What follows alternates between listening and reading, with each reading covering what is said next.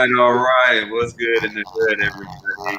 It is me, Cliff, coming at you with the Blended Lines podcast, and we have two exceptional professional experts, Dr. Tiffany Carson and Dr. Bertha Hidalgo.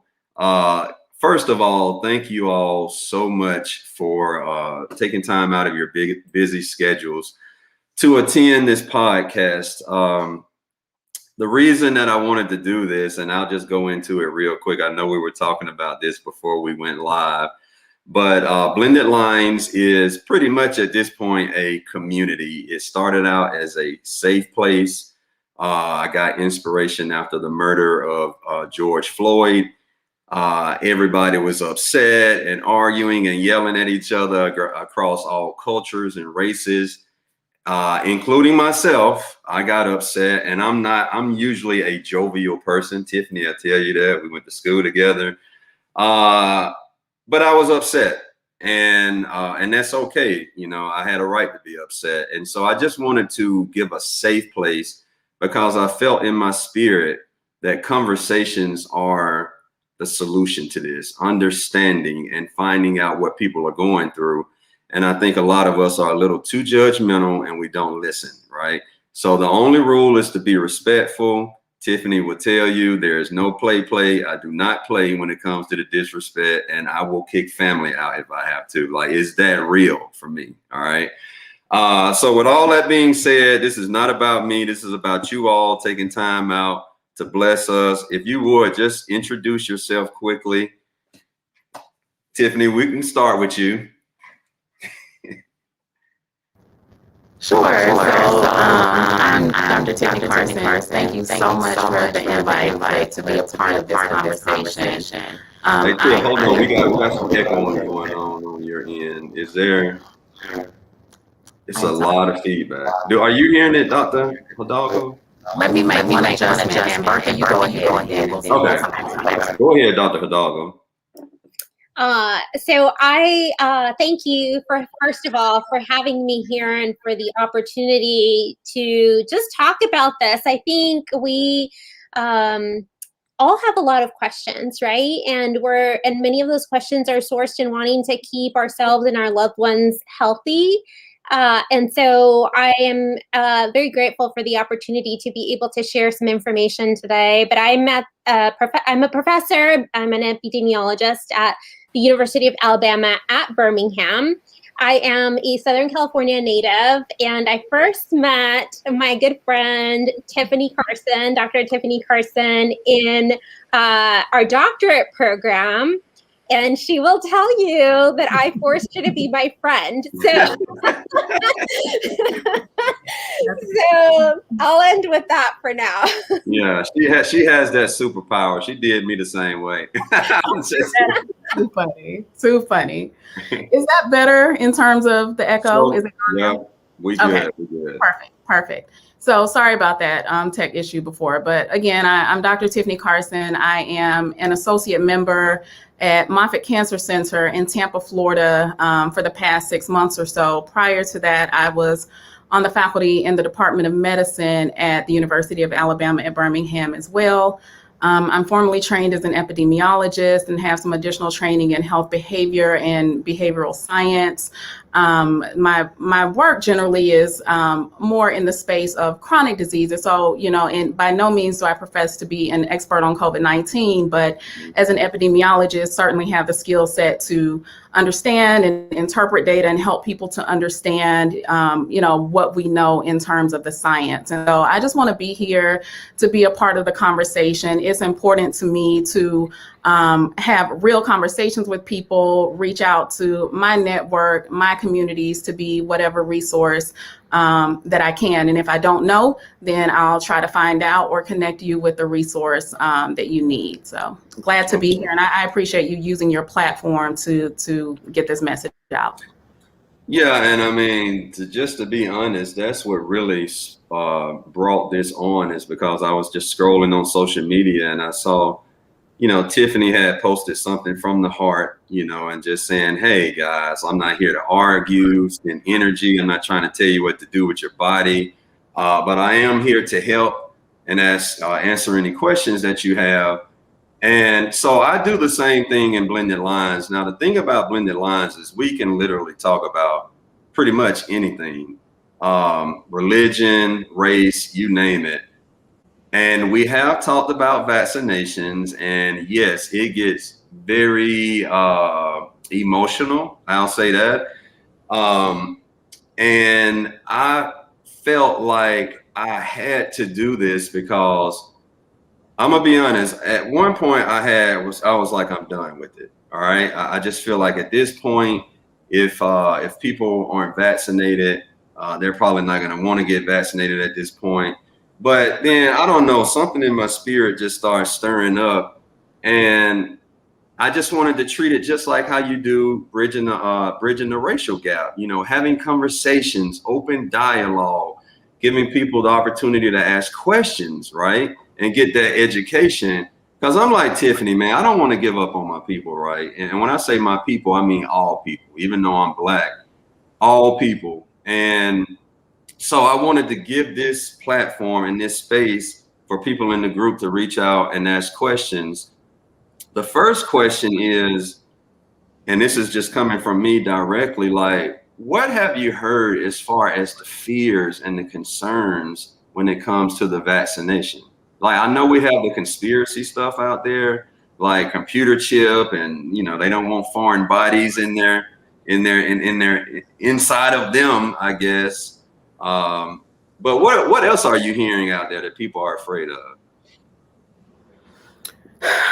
So I guess I should clarify. Do you want all rumors, or all kinds of things, or I think we need to put them all out there, Tiffany, because it may be something that somebody hasn't heard of, and at least we can cut that off right at the beginning, right before it starts going out.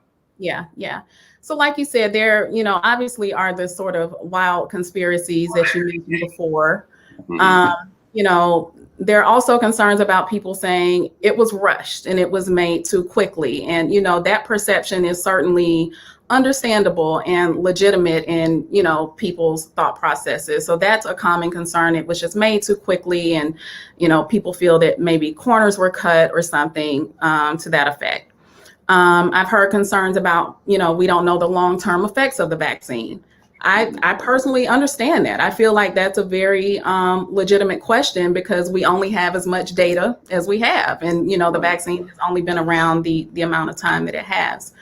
Other concerns that I've heard from people include, I'm fine with getting it for myself, but I'm not sure about giving it to my kid who's still in their developmental years. So, I wanted to make that distinction between some of sort of these wild conspiracy things, but also, other, more credible or legitimate concerns that people may have that I think are still worth considering and talking through as well. What about you, Bertha? So I have also similarly heard all of those. And let me just say that some of these rumors have started on Reddit threads or someone's blog that someone was like, don't you think it's interesting that? Or don't you think it's suspicious that? And then those things sort of spiral into the viral nature that is social media. This is a great question too that just popped up. Does it alter your DNA? And so another one that I've heard is that it affects fertility, which kind of ties into why people don't necessarily want to also give it to their kids, because they think it integrates into the body, that it's going to affect fertility and or the ability for both boys and girls to later have kids. And the fertility rumor was one that did start on a Reddit thread where someone said that the protein, the spike protein, that the instructions are included for in the mRNA vaccine and the Johnson & Johnson, for example, looked a lot like the protein syncytin-1, which is involved in like placental formation and that sort of thing. And they said, I think that the immune system is going to confuse the proteins and attack the one that is in the placenta, and therefore cause like spontaneous abortions and lead to infertility in the future. And that's actually not true. They're completely different proteins. Your body's super smart. It knows which protein to attack and sort of get rid of in your body when the real virus comes into your body and you've had the vaccination. So there's no truth to that. The other thing is that there is some evidence that having infection with SARS-CoV-2, which is the virus that causes COVID-19, may lead to decreased sperm production, because the way that the virus acts is that the spike protein, right, that is we have the instructions for in the vaccine when we get vaccinated, the spike protein enters, it uses all of these doorways in your cells, right? Let's think of the spike protein as the key. And so there are all of these doorways in your cells labeled ACE2. There are ACE2 receptors all throughout your body, in your heart tissue or your heart cells, in your kidney cells, even in testicular cells. And so what the virus does is it goes through those doorways and it wreaks havoc, and it starts destruction, and it causes destruction of cells in those organs, which leads to some of the manifestations of disease that we see, like pneumonia in the lungs, right? Because there are a lot of ACE2 receptors in the lung.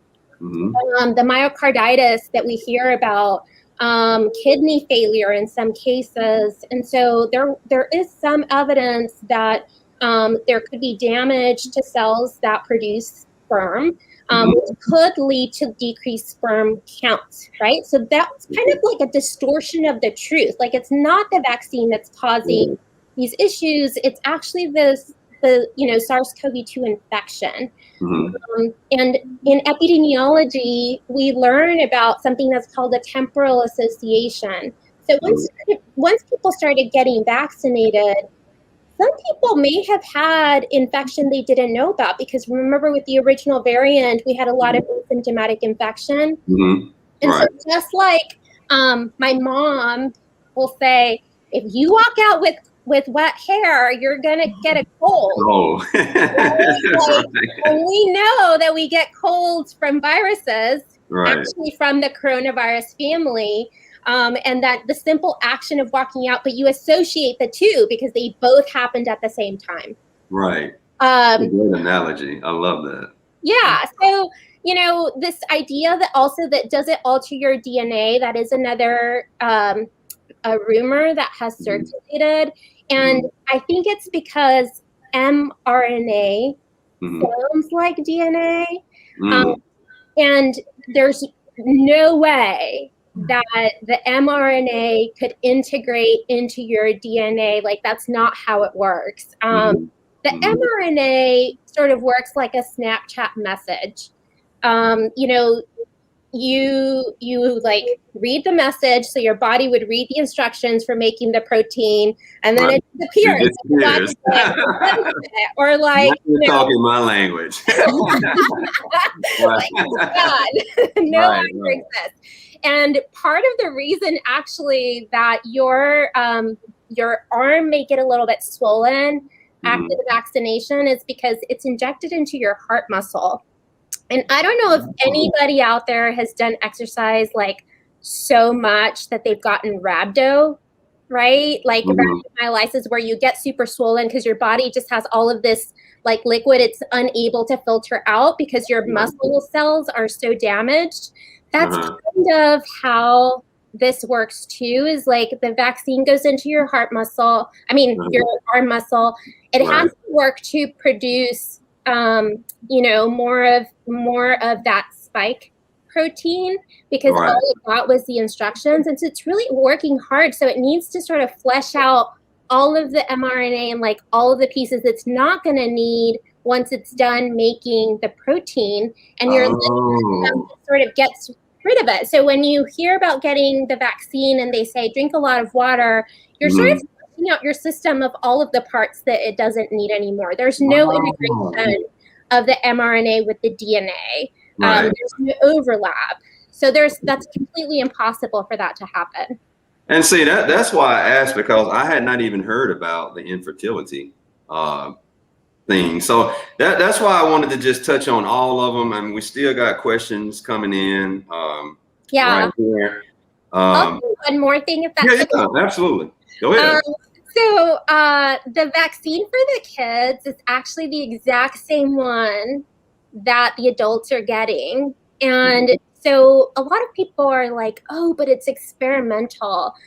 It can't be experimental after millions of people around the world have received the vaccine, and we've seen death cases or numbers of deaths decrease as a result of getting COVID-19. Like, the vaccine is working. And so for the kids, what they needed to do is figure out what dose would be appropriate, right? Okay. And so it's a different dose for the 12 to 17-year-olds. And the reason that the vaccine is taking longer to approve for the younger kids is because they're still also trying to figure out the dosing, but the FDA requires that they have 6 months of follow-up data as opposed to just the 2 months of follow-up data that we needed for the adult vaccine, because we were in such a state of emergency. Right. You know, we needed something that was going to help people survive. And the 2 months provided emergency use authorization. They're about to give full approval. But by now, basically, like, millions and millions of people have been vaccinated. So we know that the vaccine is safe, that it's effective. In the US, we're so privileged because it's also free.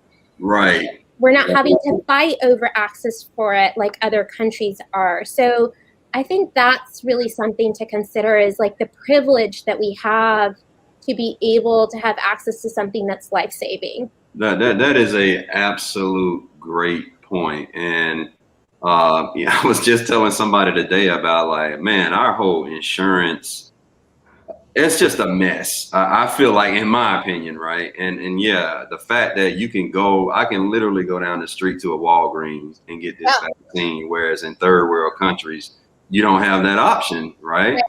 Yeah, I'll just to sort of jump into that. I mean, I was literally at an event a couple of weeks ago, and there was someone there from Haiti who said that she was only in town for the weekend to get her vaccination because it was not available to them at all in Haiti.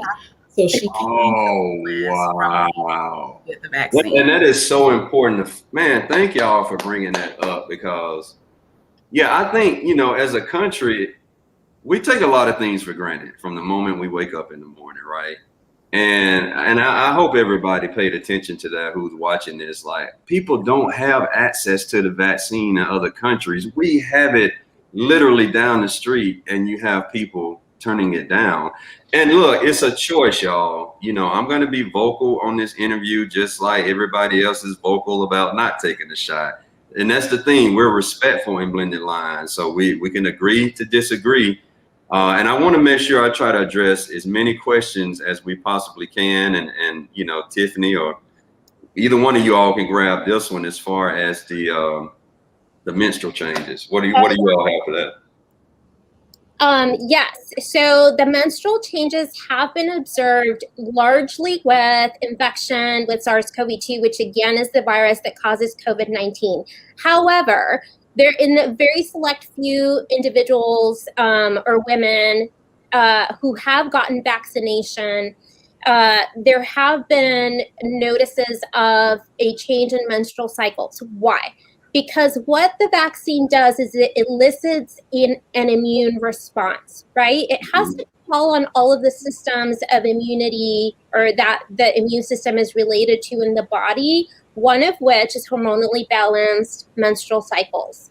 And so it may be that as a part of the inflammatory system, as a result of like your immune system getting primed, like something's happening to your body, it's a little bit of a stress test to your body, that it could affect the menstrual cycle. However, that is not permanent. It is like, it may alter the cycle for 1 or 2 months, and then it'll come back to normal. But we saw this a lot actually with infection with SARS-CoV-2, and in some women actually who got COVID, these changes in menstrual cycles were kind of permanent. And I think that relates more to the damage that's caused to the cells, which does not happen with vaccination because there is no live virus in the vaccine. It doesn't give you COVID.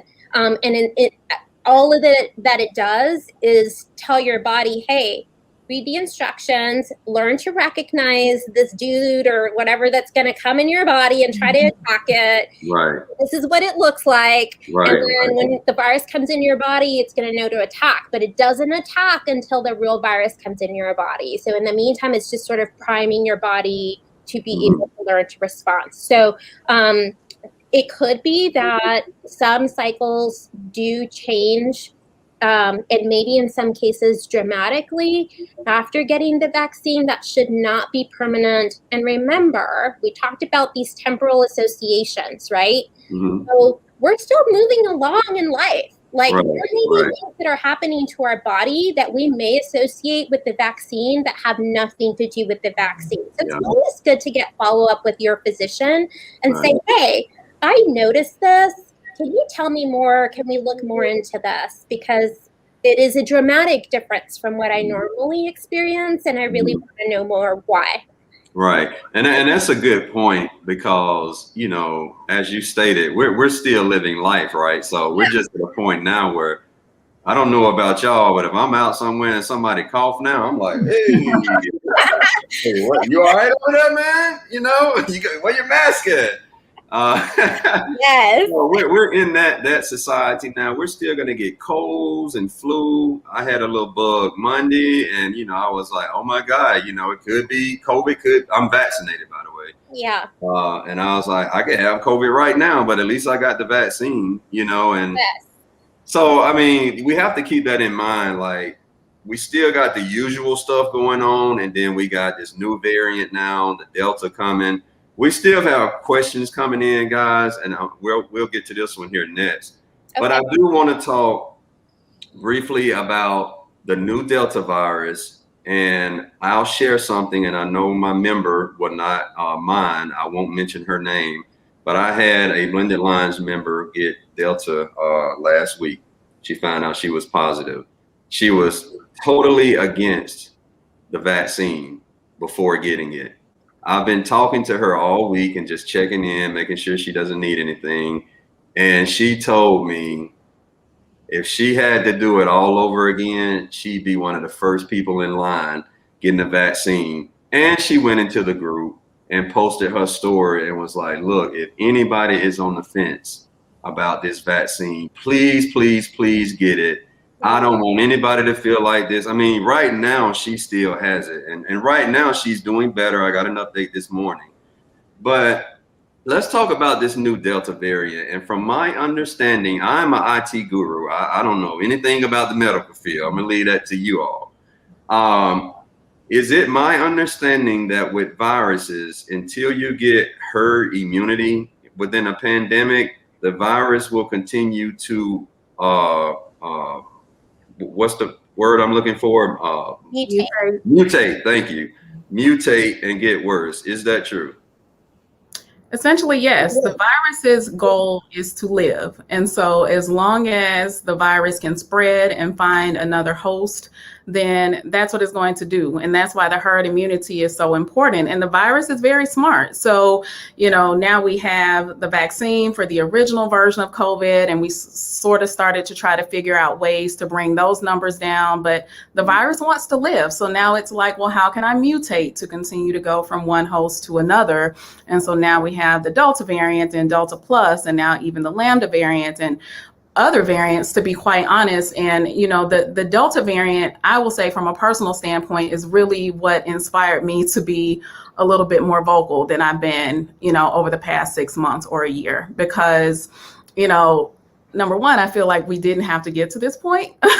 Right. Don't even get me started on that. Right. We had tools and measures that could have kept us from getting here. But now that we're here, it could be bad. And I'm not trying to scare people at all, But, you know, we have to know that Delta is very concerning. Delta is much more transmissible than the original version of COVID. So whereas, we probably remember when we were first trying to figure out how to manage COVID and what recommendations to give people, you might have heard a lot of, 10 to 15 minutes of contact. You want that to be the maximum.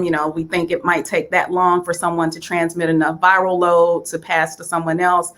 With Delta, that number could be less than a minute at this point. Like, it's highly transmissible because people with the Delta variant have a very high viral load when they're tested. They expend a lot of virus, even just through breathing. So they don't have to be talking, coughing, sneezing, anything. Right. Virus is being expended into your space. And so, if we take all things together, that Delta is apparently much more transmissible, and now data are starting to suggest that it wreaks a little bit more havoc on the body as well.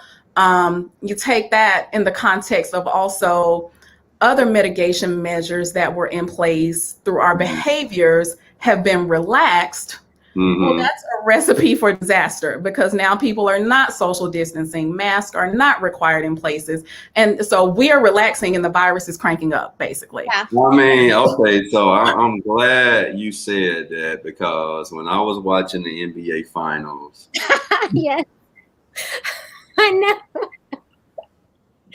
The super spreader shot that they did with the 65,000 people outside, it was like New Orleans, Bourbon Street times 20. I mean, I was just like, we are in a pandemic, yo. And I promise you, I didn't see one mask. I mean, they had HD cameras, scan across the crowd, no mask. And look, the member said that everybody in her household caught it. They all tested positive. So what Dr. Tiffany is telling you guys, first of all, I've known Tiffany since, God, man, what? 6th grade? Probably so. Grade. Yeah, long time. Look, man, Tiffany is a very trustworthy person. All right. I know her. I grew up with her. These are PhD doctors, guys. And I just want to give you all education from the experts, so you won't go out here and listen to Facebook and every other person that thinks they're an expert out here on these diseases. We're talking about life and death, y'all. I need y'all to get this and make a uniform decision with you and your spouse, or you and your family. Because at the end of the day, y'all, it's not about just you. That's what I want y'all to understand. It's not just about you. It's about all of us. And we all are trying to get back to the new norm. I don't want to go back to the old norm. We're getting to the new norm. Yeah. A lot of questions coming in, y'all. I'm sorry. I'm trying to get these things pushed out. All right, let's hit this one right here about the lupus. So I will say that there is no reason why someone with lupus would not get the vaccine, unless for some reason the doctor has recommended against it. However, there are really only 2 reasons why someone would not get the COVID-19 vaccine. And one is there's a polyethylene glycol ingredient in the vaccine, or polysorbate, that people may be allergic to. And so that could be one of the reasons why. Or if you have had an allergic reaction to the vaccine in the past, like you've had something so grave that you've needed an EpiPen, or you've needed to go to the doctor, you get like you can't breathe, those would be reasons not to get it. Now, lupus is an autoimmune disease, which means to some extent individuals may be immunocompromised either at all times or at some point during the disease course. What we have learned recently, and actually the CDC and FDA are currently under the process of trying to determine if in those individuals a 3rd dose may be needed in order to boost their immune response, because they need more help, right? Like their immune system system is not strong enough at baseline to launch the recognition of the virus when it comes into the body and then be able to effectively fight it. And so it's possible that in immunocompromised individuals or individuals with immunocompromised immune systems that they may need a third dose. That's what we're in the midst of trying to figure out, but that they don't need to take it, I would say that's not true. And in fact, I would recommend that individuals take it because it would give them that additional boost. Gotcha. Okay. Here's one that's short and sweet. Does the vaccine cause diabetes? That's a good question. Tiffany, So again, no data supports that the vaccine actually causes diabetes. However, to the contrary, as Bertha has pointed out with so many of these other sort of rumors, there have at least been some reports of individuals who have contracted COVID-19 who have gone on to develop prediabetes or even diabetes as a part of long COVID. So, COVID probably presents more of a risk itself of, turning into some of these other long-term chronic conditions as opposed to the vaccine itself. Right. And I guess it gets down to every vaccine, every type of medication has some type of side effect or possibly can have some type of side effect, right? I mean, if you take a Tylenol, that could have a side effect, right? Off, over the counter stuff. And I think what people need to understand is whatever that side effect is better than dying or possibly dying, right? I mean, if you just want to look at the bigger picture, is that what we're trying to get people to understand is that, look, you have a 50-50 chance, and I don't know what the exact number is, y'all. When if you throw out numbers, they better be on point. They better be on point. You done made me nervous. Nah, I ain't throwing no numbers out. Well, you got a half and half chance of getting some side effect. But at the end of the day, man, there's a less likely chance you would die, right? If you get absolutely. Yeah, I mean, so the data on the vaccine suggests that when you hear about efficacy, right, and how that differs from effectiveness, which is what we're seeing in like real life versus efficacy in the trial, is that you hear numbers thrown out like 95% effective or 98% effective. And what that means is that out of the people tested, out of the people who were in the trial, right, who like either got the vaccine or didn't get the vaccine, and they followed them long term to see if they would get COVID-19, only like if it's 95% effective, that means in the people who got the vaccine, only 5 people out of 100 got COVID, even though they had, the COVID-19 vaccine. And so the vaccines work really well, but a lot of the data that we have is from how well they performed with the original variants.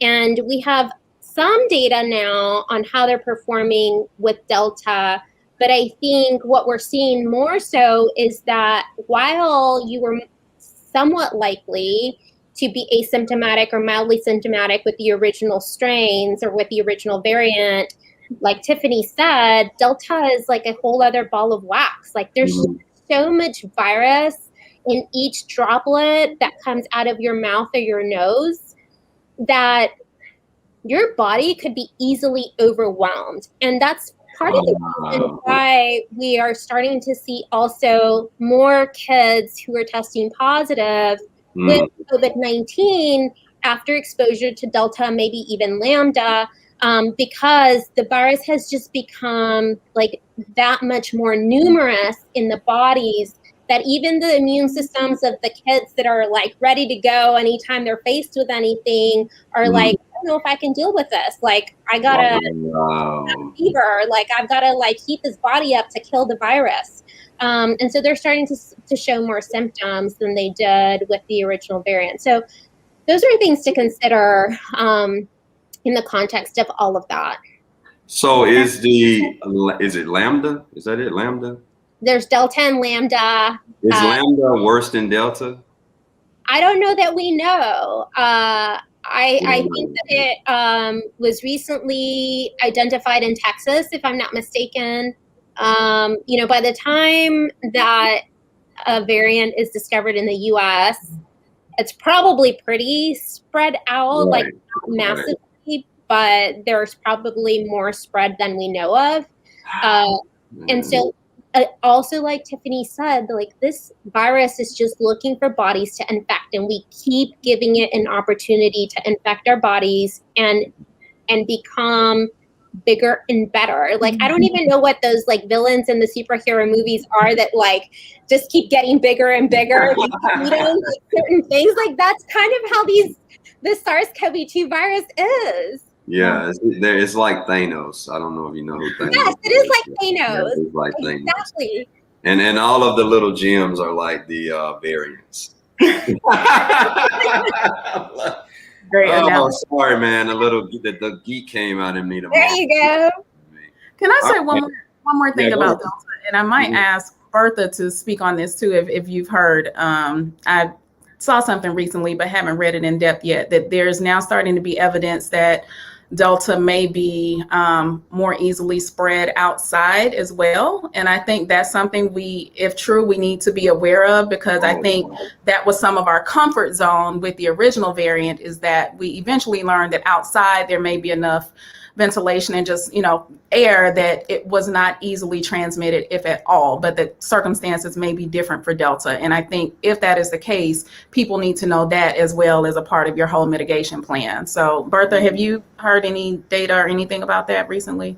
Yes, and it has to do with that same principle that there's just that much more virus in each particle that comes out of your body, right? So whereas before, the virus was contained either in, everybody when they talk, even if they say they don't, this, right?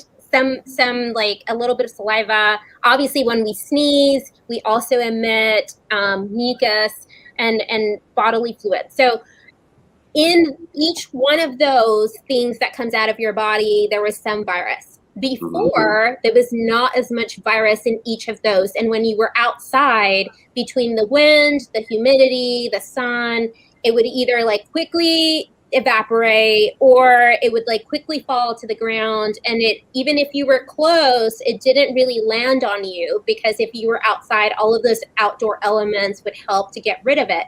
Well, now, even if one lands on your face, right, and you touch your face and touch your eyes, nose, or mouth, or if it lands and you breathe it in, or if it lands on your mouth, then the amount of virus that's there is sufficient potentially to be able to make you sick, because there's enough virus entering your body to elicit that replication, right? Like to start making copies immediately, like one of those old-fashioned Xerox machines, right? Like right. Yeah, exactly. Yeah. And so with the other one, there wasn't as much virus there. And so you really need to be careful. Like we talk about social distancing, which actually means physical distancing. Like you don't have to be all alone in the world. You just can be distanced from people. Right.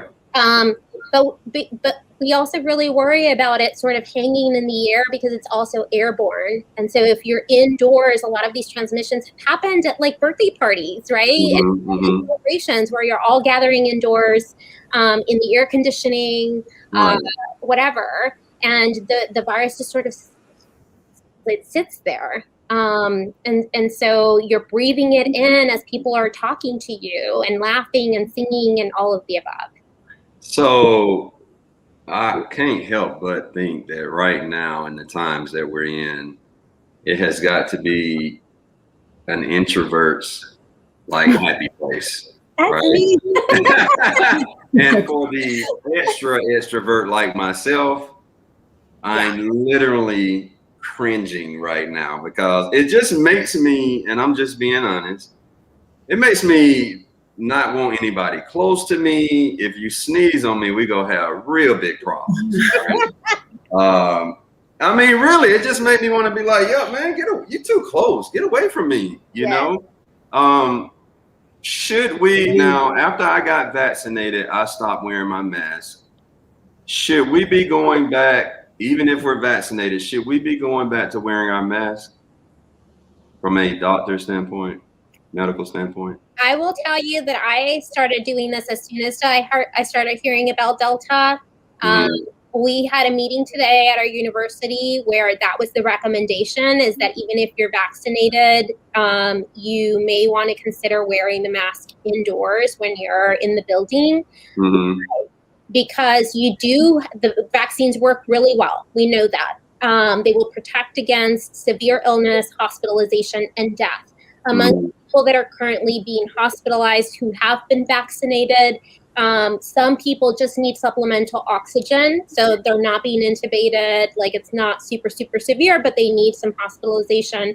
However, one question that I personally have, and I'm going to be honest, I don't know if you're vaccinated and get infected, if you still get the damage from the virus that you would get without vaccination.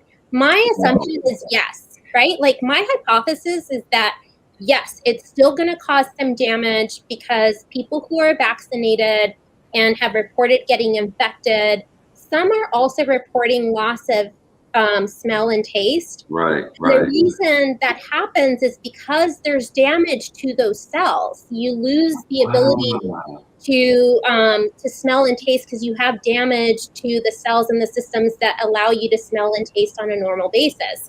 And so could that mean that you could also develop long COVID? Could it mean that you could have some of the like disease manifestations that you would, even if you're not vaccinated, and even if you don't have super severe illness and don't get hospitalized and don't die?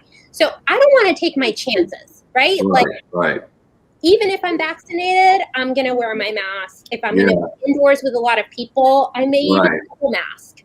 And so that kind of gets at this idea of travel. Like this question says, fully vaccinated.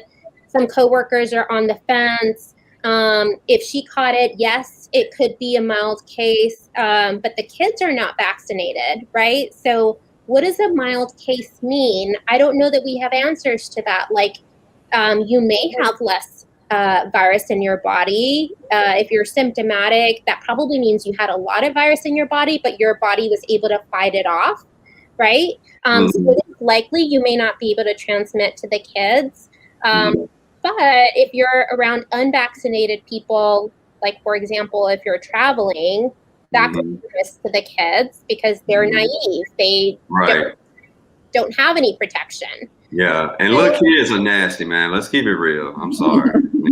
They're like little breeding grounds for germs. Yes. Yes, I said it. Fight me. I have too. All right. So, you have two boys, so you definitely get the. I mean, that's a whole nother story. My oldest, I'm like, son, let me tell you something, man. Like, girls don't like little nasty boys, man. I'm gonna have to work on you a little bit. Look, man, y'all are doing such a great job. You're bringing it down to a level, because in the IT world, I'm an IT expert, and so I have to bring things down to people's level, so it won't just be a bunch of jargon and I just blow their minds. And so you're bringing it down to a level where I understand. Like, I didn't even know the loss of smell and taste was the cells have gotten destroyed. I did not know that. And I love science. Like, I'm a science geek too. Had no idea that's what that was. So is it that, for some people who lose that and for others that don't, the ones who don't, is it just that those cells didn't get attacked, you think, maybe? Or yeah, it's very possible. Or that your immune system, was able to launch the response enough that it didn't lead to enough damage in some of those other organs. And so, some people reported that only. Some people reported headache only. Some people had the chest tightness and the shortness of breath. I mean, it just varies, and it varies by age. And the other thing that is a real sort of wild card, right? Like when you play cards right. We now have some people that were vaccinated a year ago, right? Right. Right. Do they still have protection from the vaccine? I think we think yes, like some of the data suggests yes. But again, the more the virus mutates, the less successful we're going to be, even if vaccinated, at fighting off the virus that enters our bodies. And so that's why for me, it's been so frustrating to hear the myths and disinformation that is circulating about the vaccine. And, you know, I've heard big government is forcing me to get it. And so therefore I don't want to get it. And as a public health person, I'm thinking about the protection of the public. Right. And like, we are in this together. Like all of the people who understand football or any sport that is played against an opponent knows that the defense is super important. Like, it's not just about the offense, right? So we need to be able to say, hey guys, like, we are part of the same team. And we're part of the same team. Like, in order for us to beat this, we all need to be vaccinated. If you cannot be vaccinated, if you don't want to be vaccinated for any given reason, we need you to wear a mask, and we need you to distance, and we need you to do all of the other things that we know to work. Right, right. No, that is great information, man. And I think one thing I want to get clear on, and I know a lot of members have come at me and told me they're a bit confused on it as well. You know, the whole vaccinated versus not vaccinated, and, you know, if the unvaccinated person gives it to me, I mean, which is worse? You know what I'm saying? Like if you have a vaxxed and a non-vaxxed, and you have the Delta there, the non-vaxxed is more at risk, correct? Yes, but also more likely to infect. So if you're vaccinated, you're less likely to infect others, because between your immune system, natural immunity, and the immunity that was trained by the vaccine, to recognize that specific protein, between those two things, you stand a really good chance at not having enough virus that you can transmit it to others. Okay, got you. Going back to the viral exposure. Yes. Okay. So that's one benefit, a huge benefit, I think, of being vaccinated. On the off chance that you were one of the 5 people out of 100 in which the vaccine did not work to create the immune response that it was supposed to, then all you're really relying on is your own immune system, right? Like in those cases, even if you're vaccinated, then you would be able to transmit to others. But like I said, when you think about the millions of people, like the base population, the more people that are vaccinated, the less chance there is that a vaccinated individual is going to be able to transmit, even if infected. Right.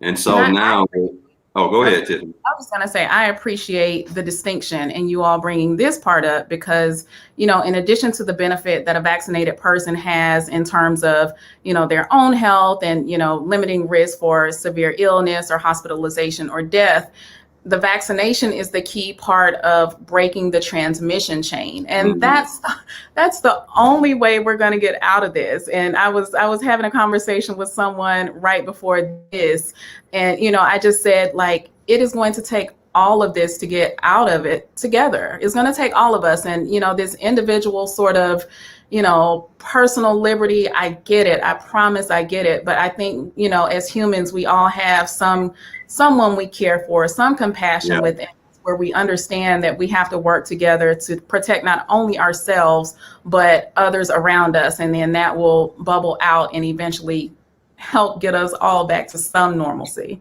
Yeah, absolutely, man. I mean, I couldn't have said it better. And look, you know, I physically and mentally combat racism on a daily basis. And one of my concerns that I'm already seeing and I do not like. So racism already divides us, right? Now I feel like between social media and the news and all of that, and I know that's a blanket statement, you know, some news channels. I think this is going to be another division that's coming down the pipe. So now you're going to have vaxxed versus non-vaxxed. And I just don't want, I mean, my God, like fighting racism enough is hard enough, right? We don't need another division coming down the pipe where you got vaxxed versus non-vaxxed. I mean, just the verbiage that's used on the news, man, it's just very attacking in a way. And I know if you want somebody to do something, you have to kind of open your heart and be patient. But if you like, do this, take this, come on, they gonna be like, hell no. You know what I'm saying? And it's such a sensitive topic. I put it right up there with abortion, man. I do. I put it right up there because it's a choice about your body. But I just really want people to see the bigger picture because Cliff is ready to, you know, start getting back out. You know, we're going to the beach next week. You know, things are kind of, I'm slowly coming out the cave, seeing the light, wiping my eyes. And now it's looking like I might have to go back in the cave. I know. Cliff does not want to go back in the cave, y'all. Please, I'm an extrovert. Yeah. Good You have made a really good point, and that's part of why I have taken the approach that I have taken with people. I'm not trying to beat anyone over the head with this. I'm not trying to force anyone to do anything. You know, I do want people to have facts. I do want people to make informed decisions for themselves. And as Bertha mentioned before, if you decide that the vaccine is not for you for whatever reason, you know, we're just pleading with you to do something, you know, do something to help stop the transmission. If the vaccine is not for you and you've decided that, that's fine, you know, but do something to try to break the transmission chain. The public health workers are tired. The physicians are exhausted. And let's not talk about, you know, now we're starting to learn more about individuals who have had severe medical outcomes, even death, that were not related to COVID, but they couldn't get the care that they needed because the hospitals were overwhelmed with COVID. So it's a ripple effect. And we're in this together. And I think, you know, I appreciate your point about not wanting it to sow division, because at the end of the day, we're in this together. We're all the human race. We all want to live and enjoy life. We want to get back to vacation, travel, family, get back to the money, get back to whatever it is that's important to you. And, you know, until the pandemic is under control, we will never get back to the peak of that.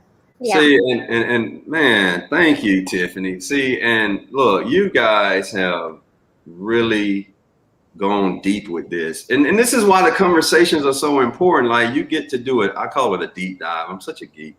I love to do deep dives, right? I'm just very philosophical and I enjoy learning. And usually when I see the deep dives or going to the deep dives, there's always something below the surface, y'all, right? That's why I always talk about why it's so important when you are dealing with other individuals, different cultures, different genders. You have to place yourself in their shoes. You have to, all right? If you don't like the shoes, you don't have to wear them, right? I just want you to peek outside that window from their standpoint. So all we're doing here, guys, is for the unvaccinated, you know, is you all have made it known for us to peek inside your window. Now we need y'all to peek outside our window, right? You know, like, I got 2 boys, 11 and 6, all right? I want to go on trips. You know, I want them in the classroom. I want to be able to hug folks again. I am a super hugger. Y'all know that, man. I'm a very touchy, lovey guy. My wife is cool with that. She knows it's just all love, you know, put that out there. And but I am, and I'm missing out on the things that give me energy and that make me happy, because we can't get ahead of this virus, y'all. So all I ask and plead is that you please just think about us. Great analogy, like a football team, man. We are a team. Roll Tide, the greatest football team on the planet, University of Alabama. Okay, yes, it's facts, big facts. And I'm saying that I'm messing with Tim. It's all right. I'll let you have it. Hey, but no, Dr. Bertha, Dr. Tiffany, look, man, from the bottom of my heart, seriously, thank y'all for taking time out. Keep doing what you're doing. If there's anything I can do to help you all, I promise I'll be there. Just let me know, and I will use my platform. My platform is your platform. So, yeah, if y'all need anything, just let me know. And for the unvaccinated, if you don't get vaccinated, be looking for the Blended Lines antiviral suit in the merch store. I'm going to be selling those. I just like to throw the little jokes in there because, I mean, it's a very serious topic, y'all. But, you know, sometimes you got to laugh to stop from crying. Seriously.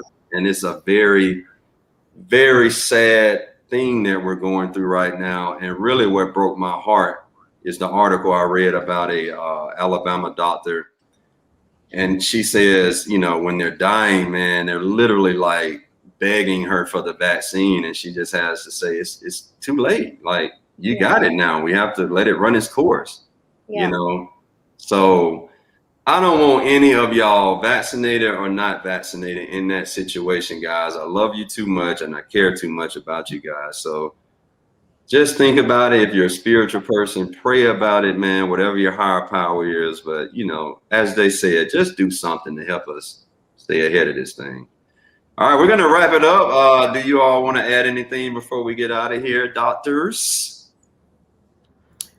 I just want to thank you for doing this.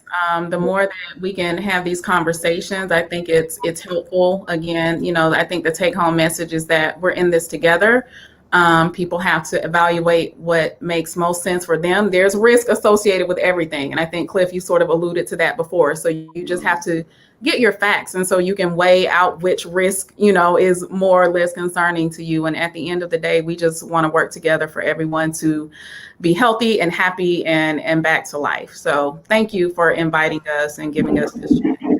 Absolutely. And I may need you all to come back. Would you be up for it? Yes, absolutely. If you'll have me. I appreciate it. Man. You started talking about Marvel stuff. Of course I will have you back on here. Are you kidding me? Well, hey, thank you all so much. And I mean, seriously, we may want to try to do this again and, you know, in the future after we see where the numbers are going. So, but thank you all. Thank you for what you do out in the medical field. You all are heroes in my book. So thank you so much. All right. Thank you. All right. I love you guys. Y'all be safe out there. Okay. Thanks so much. You all too. Take care. Bye-bye.